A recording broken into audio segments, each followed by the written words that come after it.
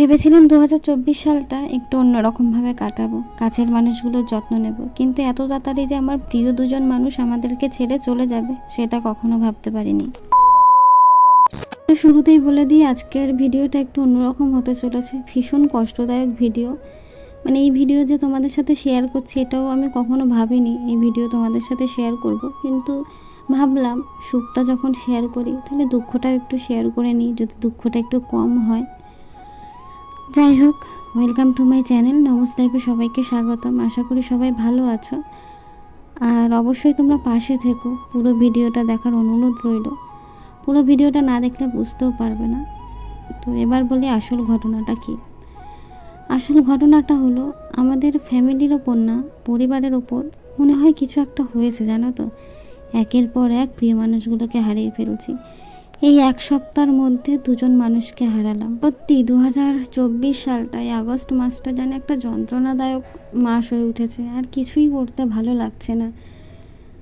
মানে কি আর বলবো, সত্যি মানুষ হারানোর থেকে বেশি কষ্ট মনে হয় আর কিচ্ছু হতে পারে না, তাও আবার যদি নিজেদের আপনজন হয়।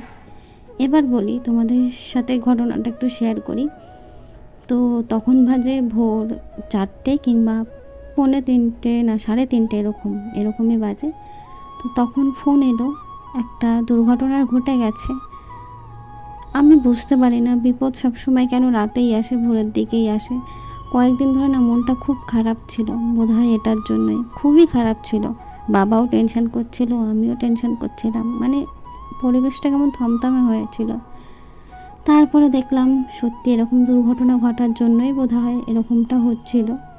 তো দেখো, বাইরে মুষলধারে বৃষ্টি, আজকে এত বৃষ্টি হচ্ছে, সারা রাত ধরে বৃষ্টি হচ্ছে।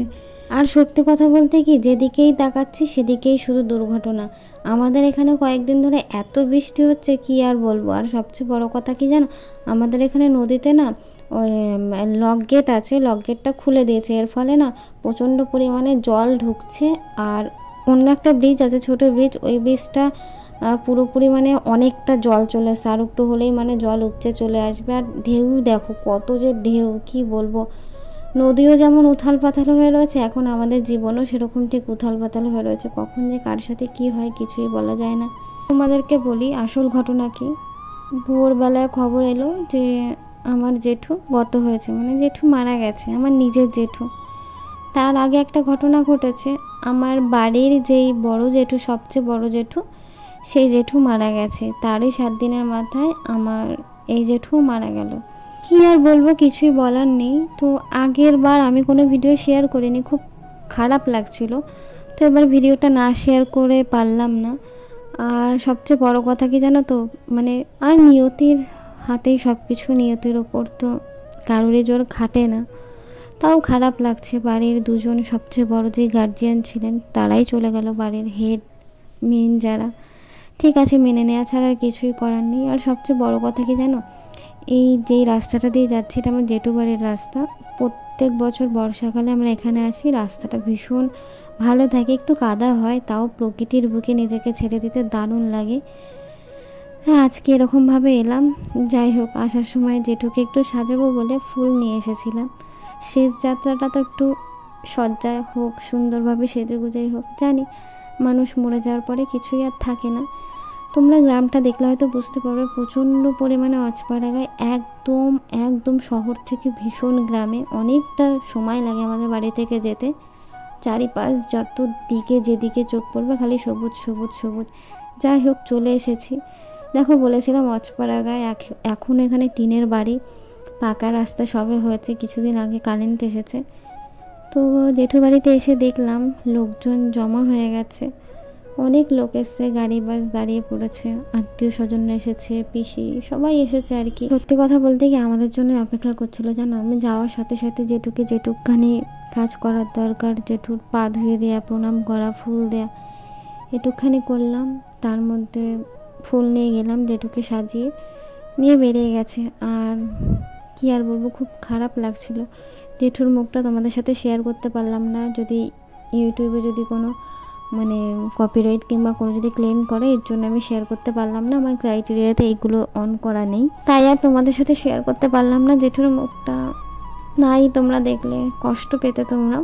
আর এদিকে দেখো আমাদের বাড়ির মনসা খুব খুব জাগ্রত, মানে জিরাটে গেলে আমার জেঠু বাড়ির ওখানে গেলেই বললেই হবে যে মনসা বাড়ি যাবো, ওইখানে সবাই দেখিয়ে দেয়।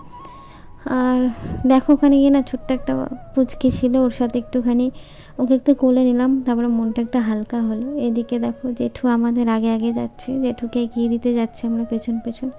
এই সময়টা না বড্ড অসহায় লাগে জানো তো, এরকমটা সত্যি সময়টা খুব খুব খুব খুব কষ্টে। যাই হোক জেঠুকে এগিয়ে দিতে গেলাম, আমার এই প্রথম শ্মশানে গেলাম, জেঠুর দাহ হচ্ছে সেটা দেখলাম। আর ওখানে অনেকটা গ্রাম তো দেখো, চারিপাশে গ্রাম, ওখানে ঠিকঠাক করে তো শ্মশান ঘাটও নেই, তাও গেলাম। আর পুরোটা দেখাতে পারলাম না, খুব খুব কষ্টের, মানে ওই সিচুয়েশানে ছিলামই না। তোমরা হয়তো ভাববে যে দিদি তুমি এই ভিডিওটা তাহলে কেরম করে করলে, সত্যি তোমাদের সাথে শেয়ার করব বলেই একটু ফাঁকে ফাঁকে করেছি। আর এদিকে জেঠুর উদ্দেশ্যে একটু হরিনাম হচ্ছে। আর মেঘটার অবস্থা দেখো পুরো ঘন কালো হয়ে গেছে। আর জানো তো জেঠুকে যতক্ষণ ওখানে সৎকার করা হয়েছে ওই কাকটা ওখান দিয়ে ঘুরছিল।